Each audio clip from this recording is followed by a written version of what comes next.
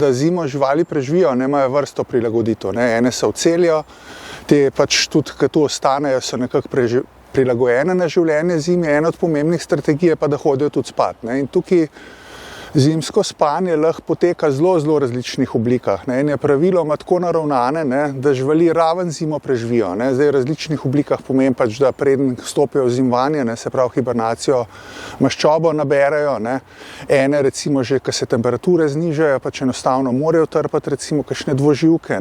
Ene vrste si pa tudi shrambo za čez zimo delajo, v obliki maščobe, tako kot ljudje ali pa recimo polh, ampak tudi tako, da si prav shrambice delajo, recimo kakšne veverce. Zdaj pol, če bi pogledali, v bistvu pri vseh teh vrstah bo sprememba zime pač vplivala tudi seveda pač na njihovo vedenje, naprej pa na pomen vseh teh prilagoditev. Zdaj, če sem recimo bolj konkreten, pri rjavem medvedu, ki ga dostikrat vidimo kot obvezen hibernator, v bistvu pri nas zimo tako preživi, da si salo prej nabere in pač zimo predremlje. Tak plitu dremež, v katerem se zbudi, če ima kakšna nevarnost. Zdaj samice, ki kotijo, morajo spati po zimi, mlajši samci so lahko aktivni. In tukaj opažamo recimo prek telemetrijskih raziskav pa drugih spremljav v končni fazi tudi tega, koliko je kje medved zapažen, da pač s krajšimi zimami se sploh pač obdobje zimovanja teh mlajših samcev zelo krajša, lahko skoraj pač ne zimujejo več. Zdaj, vzporedno nas je seveda tudi skrbeli, če bi s tem tudi pač na kakšne dolgoročne trajektorije vrste vpliv, ampak tukaj se nakazuje, da ne, da je pač vrsta toliko prilagodljiva, da to lahko shendla, pač, ki je prilagojena bolj hude klimate. Zdaj, pri enih vrstah,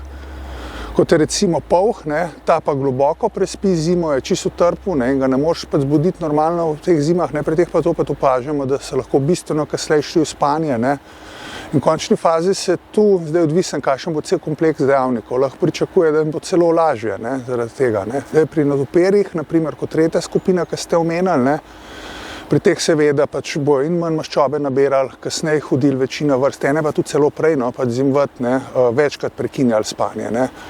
Zdaj, kakšne bojo dolgoročne posledice, se pravi pač skrajševanje zim, pa vse bolj mile zime, bodo pri vrstah, ki sicer hibernirajo, pač tudi imele posledice. Pač kasneje bojo odhajale hibernacijo praviloma, prej se bodo zbujale, pač lahko tudi prekinjale večkrat hibernacijo. Pri enih bo tudi lahko na dinamiko vrst vplivalo, pri enih pa ne.